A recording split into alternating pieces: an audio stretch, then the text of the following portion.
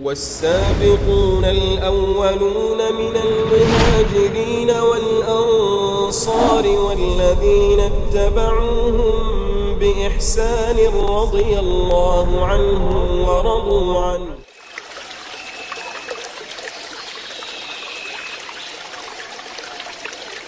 بسم الله الرحمن الرحيم. السلام عليكم ورحمة الله وبركاته. Alhamdulillah wassalatu wassalamu ala rasulillah wa ala alihi wa sahbihi wa sallama tasliman katsira, amma ba'd. Puji dan syukur senantiasa kita panjatkan kehadirat Allah Jalla wa Ala yang telah berfirman, wa in ta'uddu ni'matallahi la tuhsuha innal insana ladzalumun kafar. Dan kalaulah kalian ingin menghitung-hitung akan nikmat Allah atas kalian, la tuhsuha, niscaya kalian tidak akan mampu menghitungnya. Innal insana ladzalumun kafar. Sesungguhnya manusia itu pelaku kezaliman dan kekufuran. Berkat nikmat kesehatan dan kesempatan serta hidayah taufik dari Allah Jalla wa Ala, kita telah melaksanakan ibadah salat subuh berjamaah yang kita memohon kepadanya, Rabbana taqabbal minna innaka antas sami'ul alim.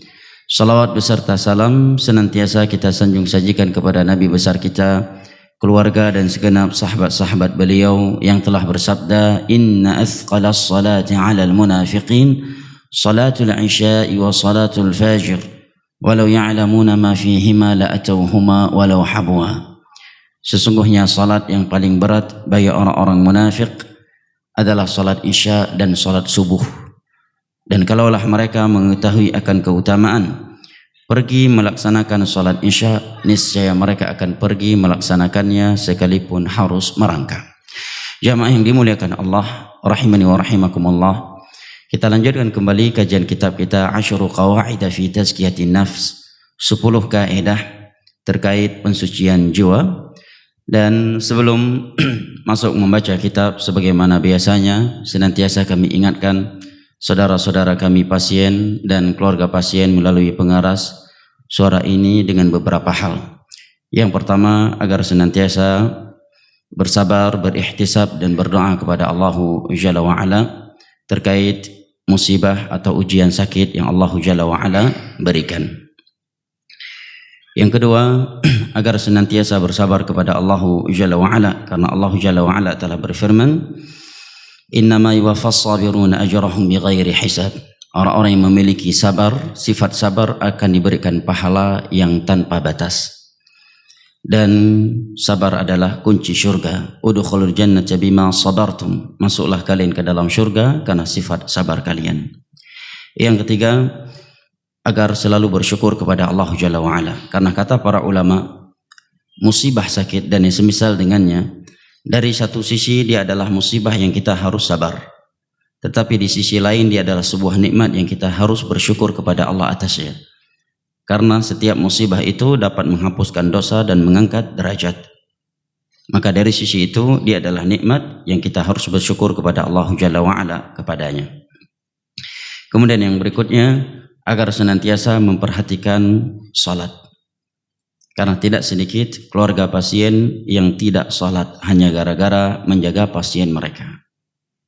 Demikian pula pasien, padahal Allah yang ia meminta kesembuhan kepadanya, dialah yang telah memerintahkannya untuk salat. Dan di dalam Islam, seorang itu selama masih memiliki akal, tiada kondisi dia boleh meninggalkan salat kecuali dalam 2 kondisi saja. Yang pertama, dia sedang haid, dan yang kedua dia sedang nifas. Selain dari itu tidak ada kondisi seorang boleh meninggalkan salat dalam kondisi apapun, selama akalnya masih sehat. Dalam bahasa syar'i masih aqil, artinya bukan majnun, bukan orang yang sudah ada gangguan jiwa. Maka tiada yang boleh meninggalkan salat kecuali dia sedang haid atau nifas. Maka dari itu kalau kita melihat ada laki-laki berminggu-minggu, berbulan-bulan atau bertahun-tahun, kita lihat dia memang tidak salat, maka kita berbaik sangka saja, mungkin dia sedang haid atau baru saja nifas. Dan dosa meninggalkan salat ini bukanlah masalah kecil jamaah.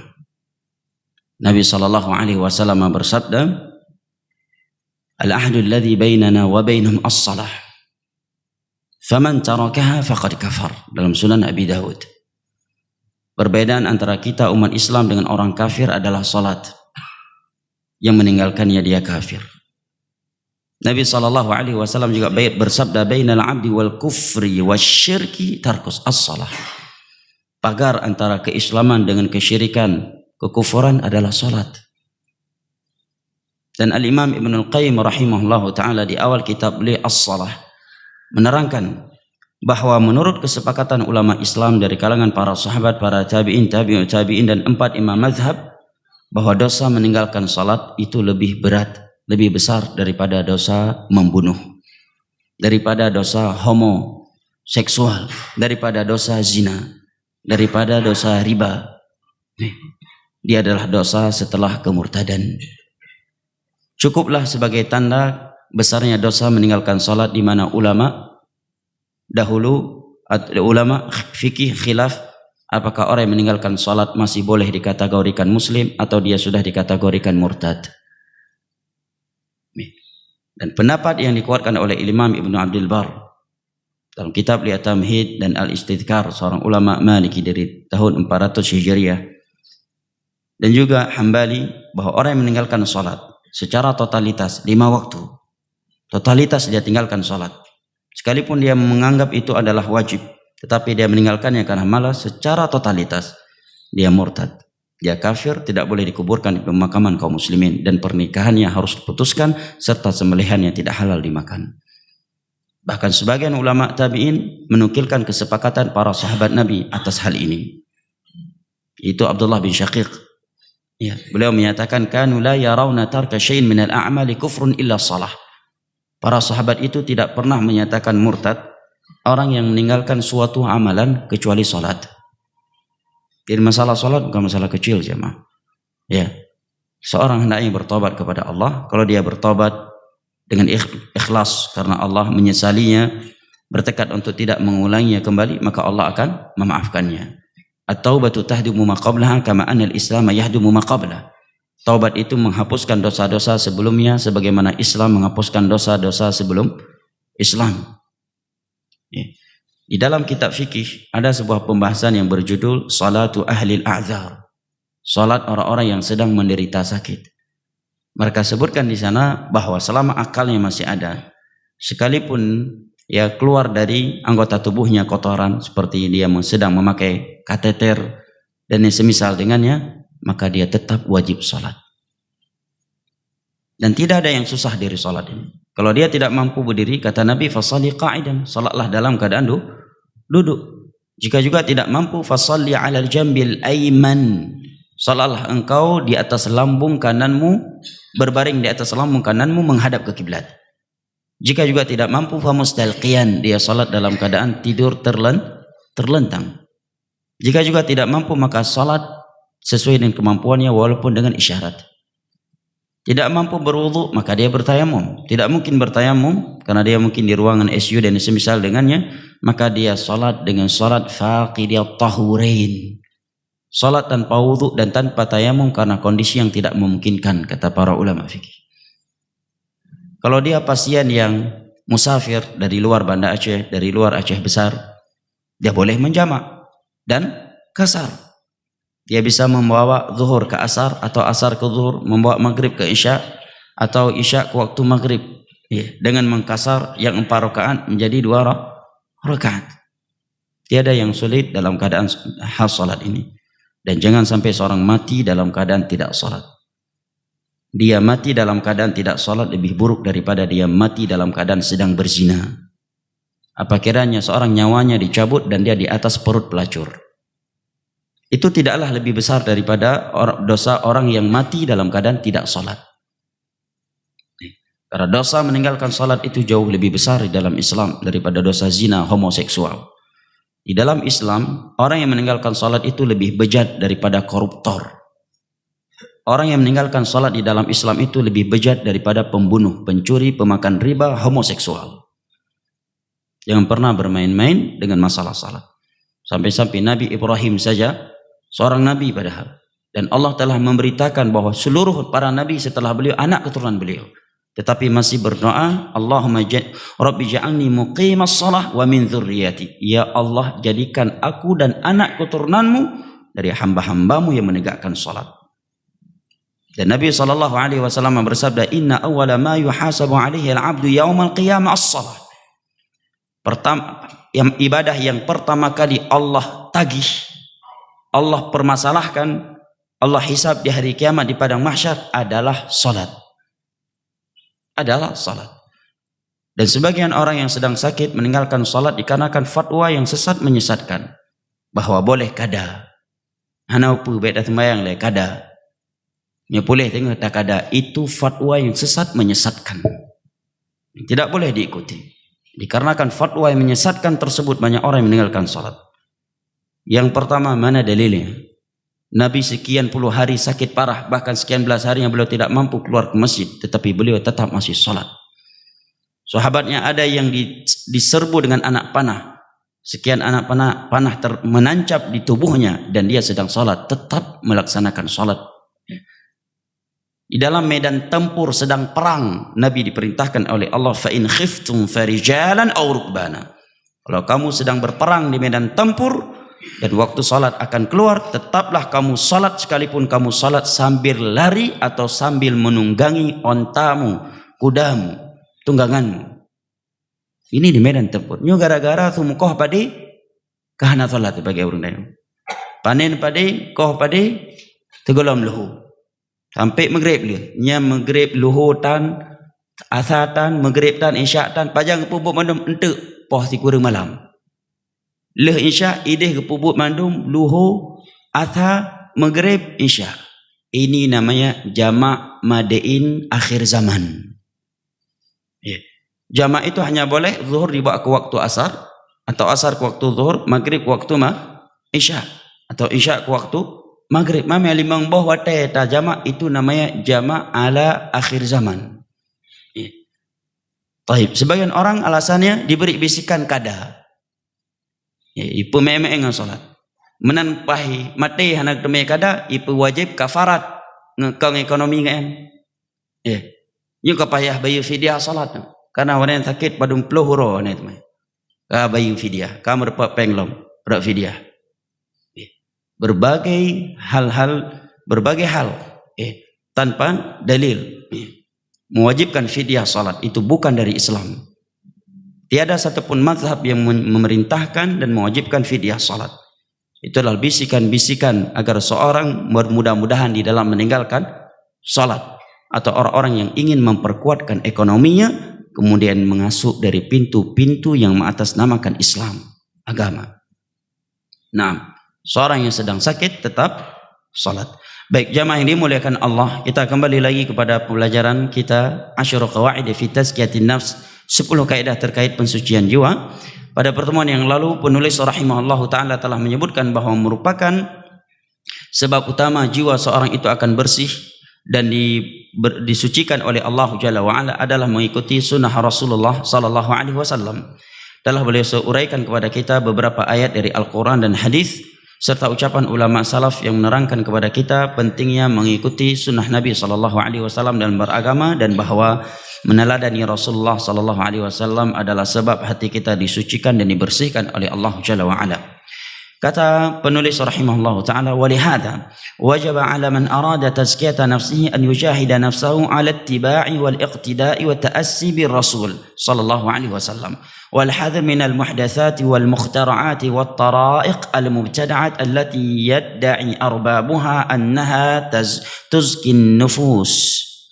Oleh karenanya, setelah beliau membawa beberapa ayat dan hadis serta ucapan ulama dari kalangan para sahabat tabi'in atau tabi'ut tabi'in terkait mengikuti sunnah Nabi SAW yang telah kita simak di pertemuan yang lalu, kemudian beliau berkata, oleh karenanya wajib bagi orang yang ingin mensucikan dirinya agar dia berjihad melawan hawa nafsunya untuk mengikuti sunnah Rasulullah SAW, meneladani beliau dan mencontohi beliau. Wal hadar minal muhdatsat, tidak cukup itu. Dia wajib mengikuti meneladani Rasulullah sallallahu alaihi wasallam, tetapi juga dia harus meninggalkan lawannya, yaitu al-muhdatsat wal mukhtara'at wa tara'iq. Dia mesti meninggalkan ibadah-ibadah baru yang diada-adakan, metode-metode ibadah baru yang diada-adakan oleh manusia tanpa dalil dari Al-Quran dan hadis dengan pemahaman para sahabatnya yang mereka mengaku bahwa itu dapat mensucikan jiwa. Coba perhatikan ucapan penulis rahimahullahu ta'ala di atas. Ucapan beliau di atas menerangkan kepada kita beberapa poin. Yang pertama, bahwa orang yang ingin mengikuti sunnah Nabi SAW, dia mesti berjihad melawan hawa nafsunya. Karena memang mengikuti sunnah Nabi SAW itu penuh tantangan. Apalagi di masa kita ini, sebuah masa yang Nabi SAW telah bersabda, sayati 'alan nasi zamanun as-sabiru fihim 'ala dinihi kal qabidhi 'alal jamar. Akan datang suatu masa di mana orang yang berpegang teguh dengan agamanya di masa itu rasanya seperti menggenggam bara api. Sebuah masa yang Nabi SAW katakan, satati 'alan nasi sanawat khadda'an yusaddaqu fiha al-kadhib wa yakdhabu fiha as-sadiq. ويؤتمن فيها الخائن ويخون فيها الأمين ويتكلم فيها الرويبضة. قالوا وما الرويبضة يا رسول الله؟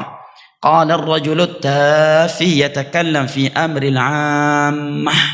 Hadis riwayat Al-Imam Ibnu Majah dengan sanad yang sahih dari Abu Hurairah radhiyallahu anhu.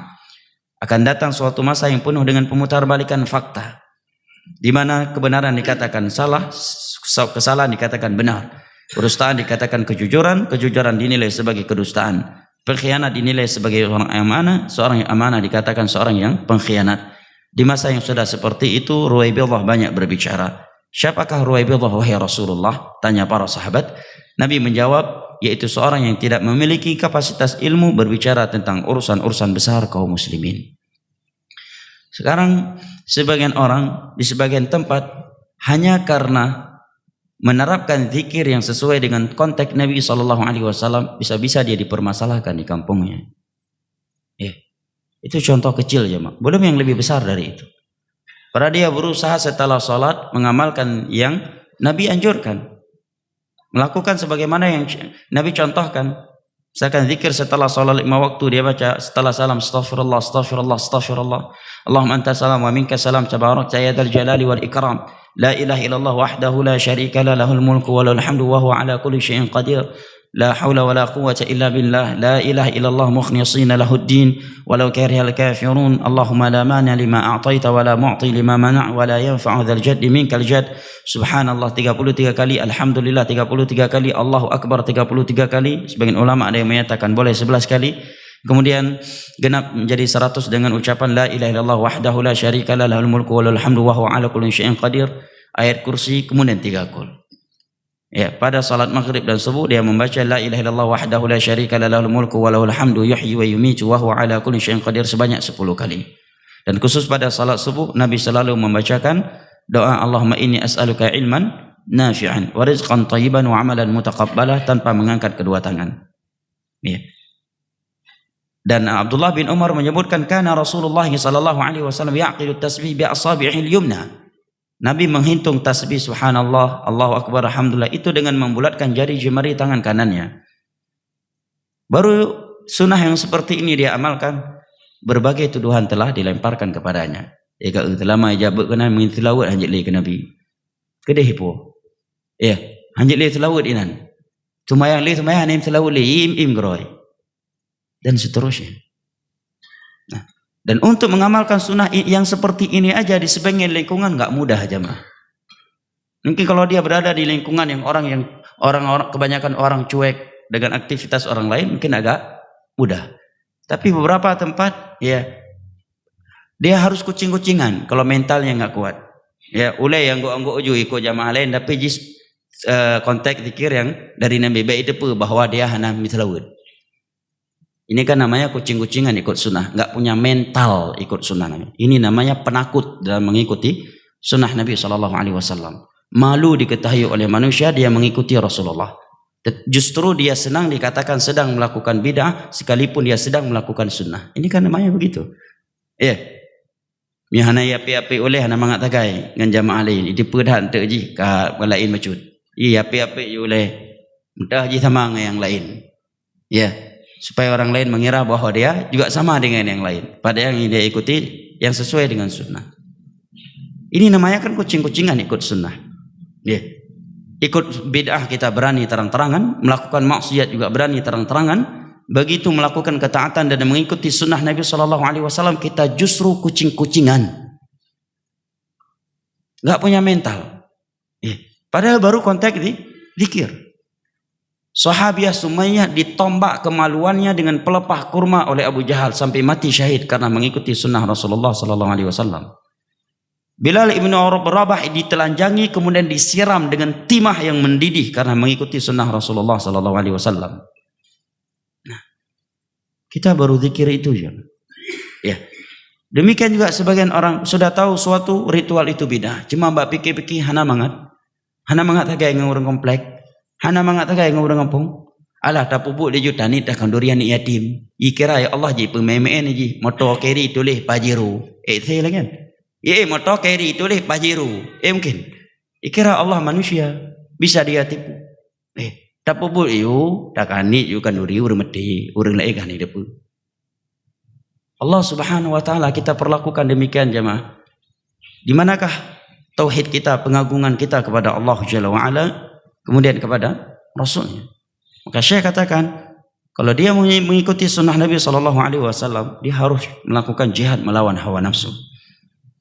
Terkadang teman ngopinya sudah berkurang, akan berkurang bersamanya. Ya. Bahkan mungkin ya, bisa-bisa jabatannya dicopot. Atau bisa-bisa karena mengikuti sunnah Nabi, dia mendapatkan baku panjang. Yang tadinya baku pendek, kini mendapat baku panjang. Duduk di kantin, hana kan tuh. Itu baku panjang. Ya. Padahal baku panjang itu lebih enak daripada bangku pendek. Baku panjang dia bisa tidur-tiduran. Baku pendek nggak bisa. Ya. Gara-gara ikut sunnah. Kalau nggak siap demikian, ya pasti dia nggak akan ikut sunnah Nabi. Ya pasti nggak akan siap mengikuti sunnah Nabi. Makanya di dalam surat Al-Ahzab ketika Allah menyebutkan laqad kana lakum fi rasulillahi uswatun hasanah, sungguh telah ada suri teladan yang baik untuk kalian pada diri Rasulullah. Allah sebutkan setelahnya ciri orang-orang yang berani meneladani Rasulullah. Allah katakan liman kana yarjullaha wal yawmal akhir wa dzakarallaha katsira. Orang yang selalu merindukan Allah, pertemuan dengan Allah, merindukan hari akhirat, merindukan syurga, dan banyak mengingat Allah Jalla wa'ala. Karena tiga sifat ini apabila ada di dalam hati seseorang, sungguh dia tidak akan diperbudakkan lagi oleh dunia ini. Sungguh dia tidak akan pernah takut lagi kepada makhluk di dalam menjalankan agama Allah Jalla wa'ala. Tapi jika tiga sifat ini tidak ada pada diri seorang mukmin, seorang hamba, maka dia akan selalu penakut, pengecut di dalam mengamalkan agama Allah Jalla wa'ala, yang itu merupakan modal utama dia masuk syurga. Nah, yang kedua dari ucapan beliau di atas bahwa seorang wajib mengikuti, sebagaimana dia wajib mengikuti sunnah Rasulullah Sallallahu Alaihi Wasallam dalam beragama, dia wajib juga menjauhi hal-hal baru yang diada-adakan dalam urusan agama. Ingat pembahasan kita dalam urusan agama, jangan bersilat lidah, yang menambah kai pesawat le kajak haji. Ini namanya bersilat lidah. Ya, miamanan baik ni matole, ni onta mandang. Ini ucapan orang-orang yang tidak bisa diajar ilmiah dalam diskusi. Ya, ini ucapan yang keluar dari orang-orang yang gagal faham dalam bab ini. Nah, dalil untuk kaidah di atas adalah hadis riwayat Al-Imam Ahmad dan Al-Imam Ibnu Majah dari Irbad bin Sariyah radhiyallahu anhu. Nabi bersabda, فإنه من يعش منكم بعدي فسيرى اختلافا كثيرا فعليكم بسنتي وسنة الخلفاء الراشدين المهديين عضوا عليها بالنواجذ وإياكم ومحدثات الأمور فإن كل محدثة بدعة وكل بدعة ضلالة وكل ضلالة في النار. Nabi SAW bersabda, barang siapa yang hidup panjang di antara kalian, panjang umurnya, maka sungguh dia akan melihat umat Islam ini berpecah belah. Ini berita dari Nabi. Apa bimbingan dari Nabi kalau umat Islam sudah berpecah belah?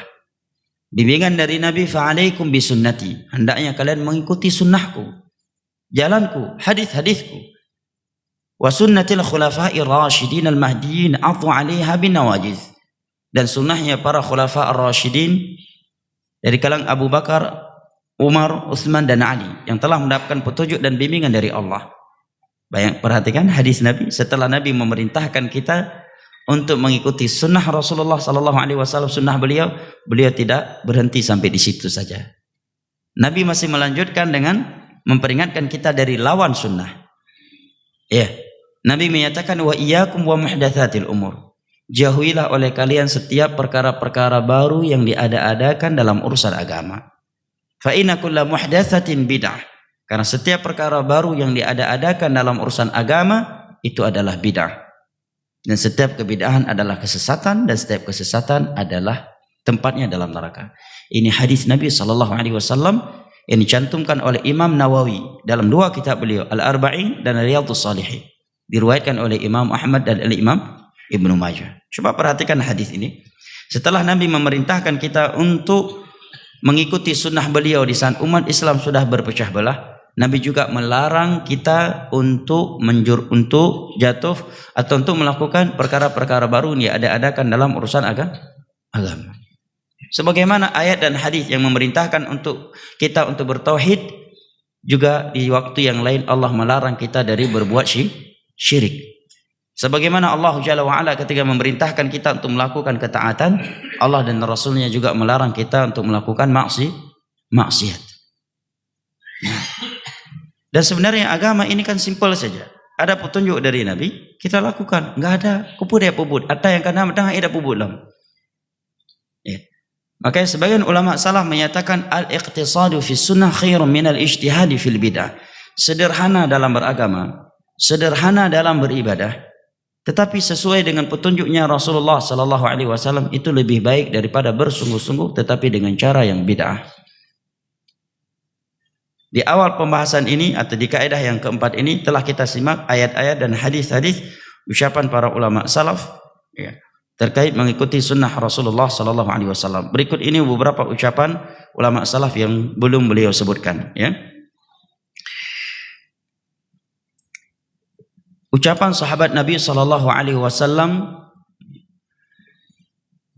atau ucapan Al-Imam Malik. Kata Imam Malik rahimahullahu taala, "Ma btada'a fil Islam bid'atan yaraha hasanatan faqad za'ama anna Muhammadan khana risalah. Lianna Allah ta'ala yaqul al-yawma akmaltu lakum dinakum fama lam yakun yawma idzin dina la yakunu al-yawma dina."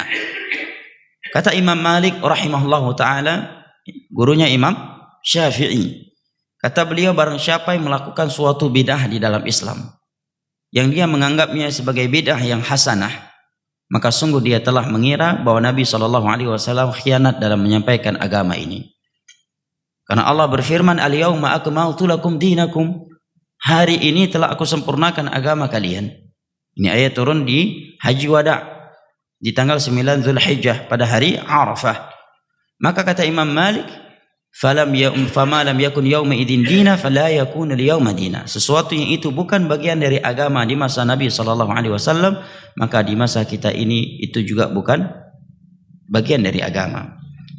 Imam Abu Hanifah yang lebih senior lagi, beliau menyatakan alaika bil athar wa tariqas salaf wa iyyaka wa kulla muhdatsatin fa innaha bid'ah.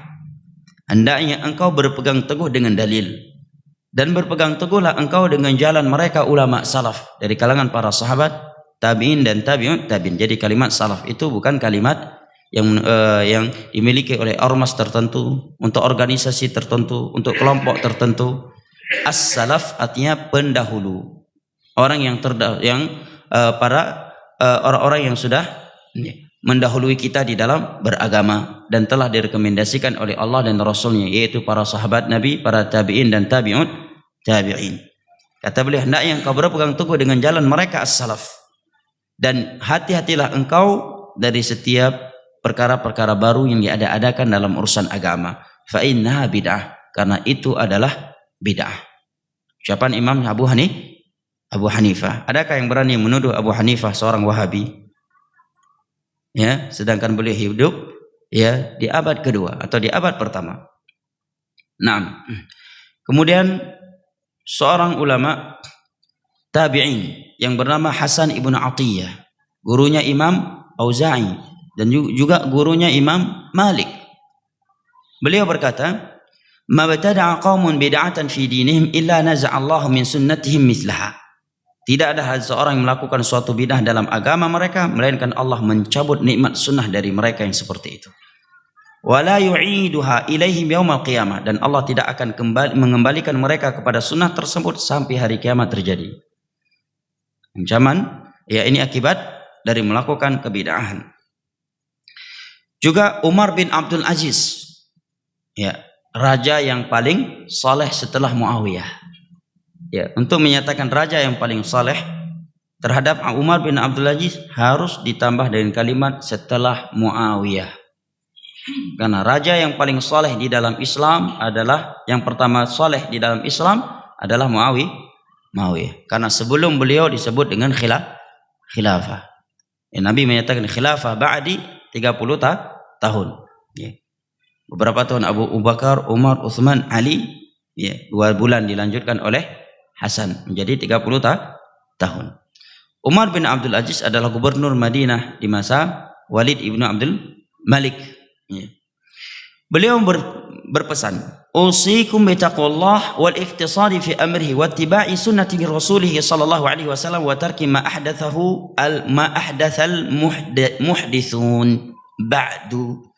Aku berwasiat kepada kalian agar kalian senantiasa bertakwa kepada Allah, agar kalian sederhana ya di dalam menjalankan perintah Allah dan mengikuti sunnah Rasulullah sallallahu alaihi wasallam, yakni al-iqtisad sebagaimana adanya tanpa menambah-nambahnya, dan agar kalian meninggalkan perkara-perkara baru yang diada-adakan oleh sebagian manusia setelah Rasulullah sallallahu alaihi wasallam dalam agama ini. Ini wasiat Umar bin Abdul Aziz jemaah. Sebelumnya ya ada beberapa ucapan sahabat Nabi, di antaranya Abdullah bin Mas'udin radhiyallahu anhu. Ya, prinsip-prinsip seperti ini sangat penting untuk kita genggam, apalagi kita sudah berada di zaman yang penuh dengan syubhat yang ingin memalingkan kita dari sunnah Nabi sallallahu alaihi wasallam dengan judul-judul yang seakan-akan indah. Ya. Kata Abdullah bin Mas'udin radhiyallahu anhu, "Ittabi'u wa la tabtadi'u faqad kufitum." Kalau kalian ingin masuk surga, ikuti saja agama yang telah dibawa oleh Nabi Muhammad sallallahu alaihi wasallam dan para sahabatnya. Wala tabtadi'u, dan jangan buat bid'ah. Faqad kufitum, sudah cukup apa yang mereka tinggalkan untuk kalian sebagai modal masuk surga kalian. Yang kedua, ucapan Abdullah bin Abbas radhiyallahu anhuma kepada orang yang meminta wasiat kepada beliau. Abdullah bin Abbas diminta nasihat, untuk menyampaikan nasihat. Lihat bagaimana nasihat Abdullah bin Abbas yang menerangkan kepada kita betapa cerdasnya Abdullah bin Abbas dan betapa pentingnya prinsip yang satu ini. Kata Abdullah bin Abbas kepada orang yang meminta kepadanya nasihat, beliau menyatakan, "Alaika bi taqwallah wal istiqamah, ittabi' wa la tabtadi'." Ya. Hendaknya engkau senantiasa bertakwa kepada Allah dan istiqamah di atas agamanya. Ikuti saja apa yang sudah ada dalam agama ini dan jangan buat bid'ah. Ucapan Abdullah bin Abbas. Ada yang berani menuduh Abdullah bin Abbas sebagai Wahabi. Ya. Ucapan sahabat berikutnya Abdullah bin Umar radhiyallahu anhuma. Abdullah bin Umar radhiyallahu anhuma. Beliau berkata, "Kullu bid'atin dhalalah wa in ra'aha an-nasu hasanah." Seluruh bid'ah itu sesat walaupun manusia menganggap itu hasanah, baik. Ini Abdullah bin Umar. Ya. Ini disebutkan oleh Imam Ad-Darimi. Athar-athar seperti ini, ucapan seperti ini bisa dilihat dalam kitab Sunan Ad-Darimi. Seorang ulama yang semasa dengan Imam Ahmad, dan kitab Sunannya ini masih terjaga sampai hari ini. Bisa juga dilihat di dalam kitab Al-I'tisam Imam Asy-Syafi'i, ulama besar dalam mazhab Syafi'i. Dalam kitab ya Al-Ibanah, ya Asy-Syari'ah Al-Ajuri. Juga dalam Sunan Abu Daud, sahabat Hudzaifah radhiyallahu anhu berkata, "Kullu ibadatin la yata'abbaduha ashabu Rasulillah sallallahu alaihi wasallam fala ta'buduha fa innal awwal lam yada' lil akhir maqala." Ini kaidah penting jemaah. Kata sahabat Hudzaifah radhiyallahu anhu. Sahabat Hudzaifah ini adalah sahabat spesialis ya terkait fitnah akhir zaman. sahabat Nabi yang paling banyak menghafal hadis-hadis Nabi tentang keburukan-keburukan yang akan terjadi di akhir zaman, dan tidak pernah beliau melakukan cocoklogi terkait keluarnya Dajjal. Kata beliau, dan keluarnya Imam Mahdi serta yang lainnya, kata beliau, seluruh ibadah yang belum pernah dikerjakan oleh keseluruhan para sahabat Nabi, jangan kalian lakukan. Karena mereka generasi pertama dari umat Islam ini tidak menyisakan ruang untuk kalian berkata dengan perkataan baru, berbuat dengan perbuatan baru dalam urusan agama ini. Prinsip jemaah. Jadi mengikuti sunnah itu bukan sekedar melakukan sesuatu yang telah ada, tetapi juga bagian dari mengikuti sunnah Nabi adalah tidak melakukan suatu ibadah yang Nabi dan para sahabatnya tidak pernah mengerjakannya. Ya. Sebagian orang melemparkan beberapa syubhat dan berkata bahwa ada bid'ah yang hasanah. Kemudian dia sebutkan beberapa dalil yang sudah pernah kita sebutkan secara rinci dan bantahannya di kajian kita sebelumnya. Namun ada baiknya syubhat ini kita bantah lagi karena sangat banyak memakan korban. Yang pertama kita katakan, andai kata ada bid'ah yang hasanah, berarti saudara tidak perlu tersinggung dengan pembahasan bid'ah. Ya, andai kata orang menamakan saudara sebagai ahli bid'ah, ya anggap aja ya, maksudnya adalah bid'ah yang hasanah. Paham ya? Kalau ada pembahasan ada bid'ah yang hasanah, berarti saudara tidak perlu tersinggung dengan pembahasan bid'ah. Karena bid'ah kan ada yang hasanah. Kedua, ya, terima saja panggilan orang ahlul bid'ah al-hasanah. Ya kan? Ahlu bid'ah hasanah. Ahlu bid'ah hasanah. Assalamualaikum. Ahlu bid'ah hasanah. Kan hasanah, nggak perlu tersinggung. Ini cocok loginya. Baik. Yang kedua, bahwa seluruh dalil-dalil yang digunakan bahwa ada bidah yang hasanah, itu kalau kita perhatikan, semuanya itu adalah masalihul mursalah, bukan ritual ibadah, tetapi masalihul mursalah, sarana-sarana ibadah atau sarana-sarana kebaikan dalam urusan agama yang faktor tujuan sebab melakukannya di masa Nabi belum ada dan ada sesuatu yang masih menghalanginya. Sedangkan yang dibahas oleh para ulama adalah ritual ibadah, ritual agama yang faktor melakukannya ada di masa Nabi, dan juga tidak ada sesuatu yang menghalangi Nabi dan para sahabat untuk melakukannya, lantas ia melakukannya di setelah masa itu. Ini yang dibahas oleh para ulama. Contoh dalil yang sering dipakai katanya adalah perbuatan Utsman bin Affan mengumpulkan Al-Quran menjadi satu mushaf yang belum pernah dilakukan di masa Nabi SAW. Maka dijawab oleh para ulama, yang pertama yang beliau lakukan masalihul mursalah. Apakah dengan beliau kumpulkan Al-Quran menjadi mushaf yang tadinya Al-Quran 30 juz menjadi 35 juz, atau yang tadinya 30 juz menjadi 25 juz? Kan tidak.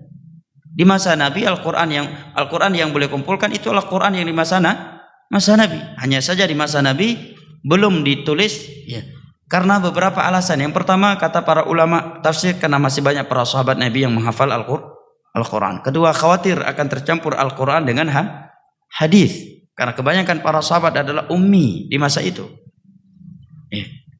Dan isyarat untuk penulisannya secara umum pun sudah ada dari Nabi sebelum beliau wafat, di mana beberapa sahabat Nabi SAW menulisnya pada lempengan-lempengan batu, ya, pada pelepah-pelepah kurma.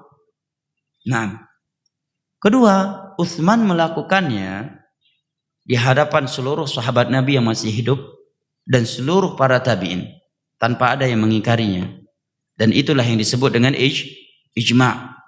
Apakah perbuatan bidah yang saudara lakukan ini ijma', dipersaksikan oleh para sahabat Nabi, para tabi'in? Jangankan sahabat dan tabi'in, seluruh kaum muslimin di dunia saja enggak, pro kontra. Iya. Alasan jawaban berikutnya, Utsman bin Affan salah satu dari 4 khulafa ar-rasyidun yang datang perintah khusus dari Nabi untuk mengikuti sunnah mereka. Apakah saudara salah satu dari khulafa ar-rasyidun sehingga punya kewenangan berbuat ijtihad seperti itu? Iya. Kemudian yang boleh lakukan adalah masalihul mursalah, bukan ritual ibadah yang belum pernah ada di masa Nabi. Dalilnya juga yang sering dipakai bahwa Umar bin Khattab radhiyallahu anhu di masanya mengumpulkan manusia untuk melakukan salat tarawih secara berjamaah. Sedangkan di masa Nabi itu tidak ada. Kita katakan ini kedustaan terhadap Umar. Khawatir berkata demikian, kinang tanpa li Umar waro kiamat. Akan berhadapan dengan Umar bin Khattab radhiyallahu anhu di hari kiamat. Ini kedustaan atas nama Umar. Siapa yang menyatakan bahwa tidak ada tarawih di masa Nabi? Nabi telah melakukannya 3 malam atau 4 malam berturut-turut berjamaah di dalam masjid. Hadisnya di dalam Sahih Bukhari dan Muslim. Tetapi begitu Nabi khawatir ini akan diwajibkan kepada para sahabat Nabi, atau khawatir para sahabat mengira tarawih secara berjamaah hukumnya wajib, maka pada malam-malam berikutnya Nabi tidak lagi melakukannya. Kemudian datang di masa Umar, di mana masa beliau sudah putus wahyu, dan tidak sesibuknya Abu Bakar di dalam melaksanakan peperangan melawan Musailamah Al-Kadzab dan pengikutnya, dan orang-orang yang tidak mau memberikan harta zakatnya, dan sehingga tidak dikhawatirkan lagi anggapan wajibnya salat tarawih berjamaah kalau beliau menerapkannya. Maka beliau mengumpulkan kaum muslimin di dalam salat tarawih secara berjamaah yang diimami oleh beberapa sahabat Nabi sallallahu alaihi wasallam. Tiada ibadah ritual baru yang beliau lakukan. Yang beliau lakukan adalah mengajak manusia untuk menerapkan suatu syiar Islam yang sudah pernah diterapkan di zaman Rasulullah. Kedua, beliau khulafa ar-rasyidun. Ketika tiada yang mengingkari ucapan perbuatan Umar terbunga, ada pro kontra, semuanya pro. Kemudian sebagian mereka ada yang berdalil bahwa Bilal pernah sholat sunnah 2 rakaat sebelum Nabi ajarkan. Ini juga sebuah kedustaan terhadap Bilal. Kata para ulama, orang yang berkata demikian secara tidak langsung dia menuduh Bilal telah melakukan bid'ah. Sekeji itukah saudara terhadap sahabat Nabi SAW? Buktinya Nabi pernah bertanya kepadanya, wahai Bilal, aku mendengar suara teropak atau suara sendalmu di dalam surga. Apa yang engkau amalkan sehingga Allah berikan keutamaan tersebut untukmu? Maka Bilal menyatakan, wahai Rasulullah, tidaklah aku berwudu melainkan aku salat 2 rakaat. Ini kan ada dalil. Melakukan bid'ah, melakukan suatu ibadah tanpa dalil selama tidak ada larangannya. Pertanyaannya, dari sisi mana saudara bisa memahami hadis di atas bahwa Bilal melakukannya sebelum mengetahui dari Rasulullah? Bahkan isyarat dari hadis tersebut, tidaklah Bilal melakukannya melainkan karena dia telah mengetahui sunnah Nabi SAW tersebut. Kenapa? Karena beberapa alasan. Yang pertama, itulah baik sangka kita kepada para sahabat Nabi, karena mereka adalah orang-orang yang tidak beribadah kecuali dengan petunjuk dari Allah dan Rasulnya. Banyak masalah-masalah di masa Nabi yang kecil saja, terkadang mereka tidak melakukannya sebelum mendapatkan keputusan dari Nabi. Jangankan dalam urusan agama, dalam masalah daging saja. Ketika beberapa sahabat Nabi mendapatkan hadiah kambing dari keluarga besar korban setelah mereka meruqyahnya, dalam hadis riwayat Imam Muslim, ya kan? Maka kata Abu Sa'id, kita jangan makan dulu kambing ini, hasil ruqyah ini, sampai kita tanyakan kepada Nabi SAW. Ini menunjukkan kehati-hatian para sahabat Nabi dalam beragama. Syarat yang kedua, bahwa Nabi tidak mengingkarinya. Andai kata itu sesuatu yang belum ada, maka Nabi akan menyatakan, wahai Bilal, pakai pubutnya pada galam pernah purno rawan lagi. Pasti Nabi akan berkata demikian. Kenapa engkau melakukan hal ini, wahai Bilal, sedangkan aku belum pernah mengajarkan engkau hal ini? Ketiga, yang beralasan dengan alasan di atas untuk membolehkan bid'ah hasanah, belajar mustalah dulu. Di dalam ilmu mustalah hadis disebutkan definisi hadis dengan sebuah definisi oleh Al-Imam Ibnu Hajar dalam kitabnya Nukhbatul Fikr dan syarahnya Nuzhatun Nazar. Kata beliau, hadis itu adalah ma udhifa ila Rasulillah sallallahu alaihi wasallam min qaulin aw fi'lin aw taqririn aw sifatin khuluqiyyah aw khalqiyyah. Sesuatu yang dinisbatkan kepada Nabi, ucapan, perbuatan, ikrar. Nah, perbuatan Bilal sudah diikrar oleh Nabi, maka menjadi hadis untuk umat Islam. Ikrarnya Nabi adalah hadis, sebagaimana ucapan dan perbuatan Nabi adalah sumber agama, landasan hukum. Demikian pula ikrarnya beliau. dan beberapa dalil lainnya yang kurang lebih sama seperti itu. Ya. Yang sebagiannya sudah ada ikrar dari Nabi atau sebagian yang lainnya adalah masalihul mursalah. Nah, wallahu a'lam bishawab, karena ini hari kerja, kita lanjutkan pada pertemuan mendatang. Lebih dan kurangnya saya mohon maaf. Wabillahi taufiq wal hidayah, sallallahu ala nabiyyina Muhammad wa ala alihi wa sahbihi wasallam, wa akhiru da'wana anil hamdulillahi rabbil alamin.